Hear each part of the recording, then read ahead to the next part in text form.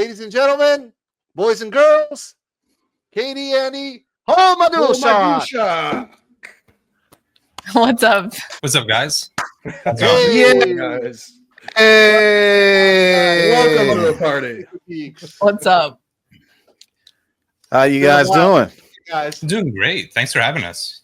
Absolutely. No problem. Yeah, I was the one who shot you guys that DM. You made a valid point, and I had to cut that. But we're gonna play that video. It's like 35 seconds or something like that. And you pretty much hit the nail on the head. And I said I've got to have these guys on here to expound on that because it's very important that everybody hear that and hear the way that you explained it, and maybe that'll kind of kick the gears in and have some people open up their eyes and be like, oh, okay, well, now I see why. So that was one of the main reasons why I wanted to have you guys on the show, obviously, to talk about your journey into this whole geek thing as well. So yeah, welcome to the show. Glad to be here, man. All right. so Charles, what do you want to do the video first, or want to start with No, let's start with their journey, and then we'll do the video. Yeah. All right. So guys, talk to us. How did it all start? How did you guys, each one of you, how did you guys get into this nerd shit called geekhood, fandom, comics, video games, the works? I mean, you've been into kind of like boy stuff for forever. like Katie is not like your typical. Okay, so like yeah, I'm like action movies and it's kind of my jam. So usually like he and I argue probably like all the time about movies because Andy has a more like broader horizon of like movies. More sophisticated palette. Sure. That he's into. And I'm more into like action and like shooting movies. And So now I gotta ask, because you said that now, but now I gotta ask. So when you grew up, who influenced that? my mom, kind of. Really? Yeah. Well, it's just like growing up, there's a bunch of us. Like I had all sisters, and so being a middle child, it was more so like I was like the awkward one, I guess. And so my sister was really into like makeup and stuff, which I didn't like. And so I was more into like I read a lot when I was a kid. And so Nerd. and then our cousins, there was a lot of boys, and so I got into like video games, and so that's how like we would play Halo a lot. And then he liked a lot of action movies, and so he would show us like it was like a guilty pleasure because like there were some of the movies like mom wouldn't let us watch, but my older cousin, being the boy of the family, like he would like watch stuff, and he'd be like, "You do you guys want to watch this?" And so yeah, I got really into like Mission Impossible and like Die Hard, so stuff like that. Nice. Awesome. Nice. Awesome. Nice. All right. All right. But starting the channel was completely different. I feel like that wasn't originally Whose idea was it? So originally Peter, his brother, was doing like gaming, and that he wanted to he wanted to do a little bit of everything. He wanted to like he and I had watched The Matrix 4 and we were not happy. And so we like I don't think anybody was. Remind me. Do not remind me of that. Yeah. We were in Texas because we're like have a property in Texas, and we spent probably 3-4 hours talking about it. Like, man, I wish we could like talk to other people about it, but like not a lot of our friends had watched that film. And so we had been like flirting with the idea of like doing something on YouTube, and we just did it. And then we like stumbled. He was trying to do it while playing video games, but like that Peter will tell you he's like way too to be able to like hold a conversation. He's like the worst game. Like he like gets fully zoned in. And so that didn't work. And then Katie started like talking to him about stuff. I used to be on the other side of the camera. Like I'd be like doing the production stuff, and then at some point, so you guys would rotate it. Yeah. And then Peter he gets really nervous, so he didn't like being on camera. Does he get a stage fright on camera or something? Okay. Yes. Yeah. He'll be really awkward. Like he and I can have a conversation like regular all the time, but then as soon as like we're sitting over here behind the camera, like Peter won't speak. It's tough. It's tough because I had that, like, if Peter's there listening, like I had the same issue also when I started. I was freaking the fuck out, my self-esteem. And it just in time, it just got easier and easier. So it's just you got to face those fears. You know, Yeah. that's pretty much the advice I give. Just got to face it. You know, See, and eventually, for me, it was a little bit different because like I had a background where I used to DJ, so I was kind of used to like being the center of attention at like a function or an event. You know, being up on a stage or whatever. So you just wanted the drinks. You got a lot of drinks. Let's so say. you know, to translate that into a camera is kind of there's a natural flow to it. You know what I mean? So I never really had a lot of stage fright or anything like that. But I wanted to ask you guys. So you guys have a podcast. It's called Hold My DualShock. So the folk, there's a lot of gaming, right? What games influenced you guys when you were younger? It influenced you guys in a way that like made you want to do what you do with your podcast today? So like as far as gaming, I think the whole point of the podcast was initially to be like the stuff we talk about in between gaming, kind of like the like hold my beer, like when like you're like gaming with your friends and like you end up getting in a fight about something and you have to like stop playing while you beef it out.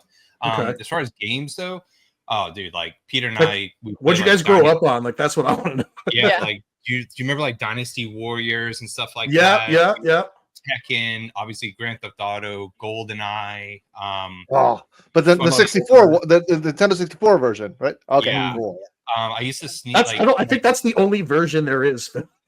No, there's a Reloaded. Oh, that's right, Reloaded. It came out for the Craig. Xbox and the PS3 back in the. Okay, yeah, you're right. My bad.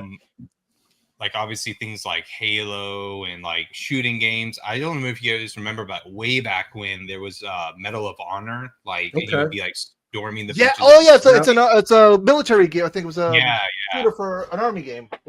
Battlefront.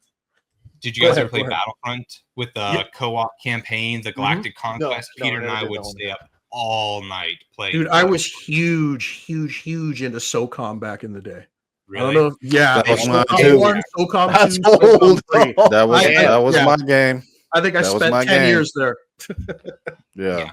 Yep. I don't think there's any games we didn't like, man. It was just anything and everything. And you know, you used to have to go because we had a PlayStation, but you'd have to go to your friend's house if they had like Nintendo shit, or another friend's house if they had the Xbox, because you weren't getting like you didn't have. That's what I was going to ask you. What did you guys grow up like? Were you more Nintendo 64 or did you have like the one thing I never had 64, but I did have PC. I'm sorry, PlayStation, all the PlayStations. So our mom was big into PC building back in the 90s. Like she actually would build like computers. So she would let us play video games on the computer. That's awesome. But we never had a games console. We begged for one. She was like, "No, it's stupid. You know, you don't need to be sitting in front of the TV playing video games." And then one Christmas we got a PlayStation 2. That was our first console. We used to be like the kids that have to go to like our friend's house where they were allowed to have like their own. And like my best friend Spencer growing up, he had he had like multiple because his uncle lived with him, and they had like, you know, the N64, like, and a bunch of other ones in the house, like the PlayStation 1, and he had that PlayStation 1 in his room, and we used to play Grand Theft Auto 3 and like with the cheat codes and yeah. That's awesome. The good old days. Yeah. I loved Vice City. Out of the three, Grand Theft Auto 3, Vice City, and San Andreas, it was always Vice City for me. Vice City for me. I love that game. Like best aesthetic of like almost. Do you remember the commercials for it? Yes. I ran by Flock of Seagulls. Yeah. Dude. They don't market shit like the way they used to. They just don't. No, they really don't.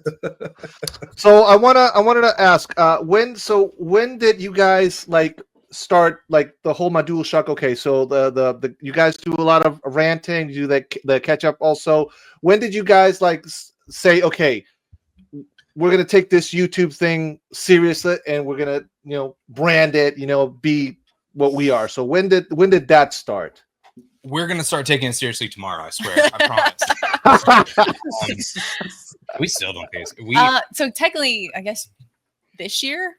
Because like we have full-time jobs, so like we work. Oh, as do we, as all of us do as well. Yeah. We all as far as the branding, we're kind of lucky because that's what I do. Like we do like graphic design, in marketing.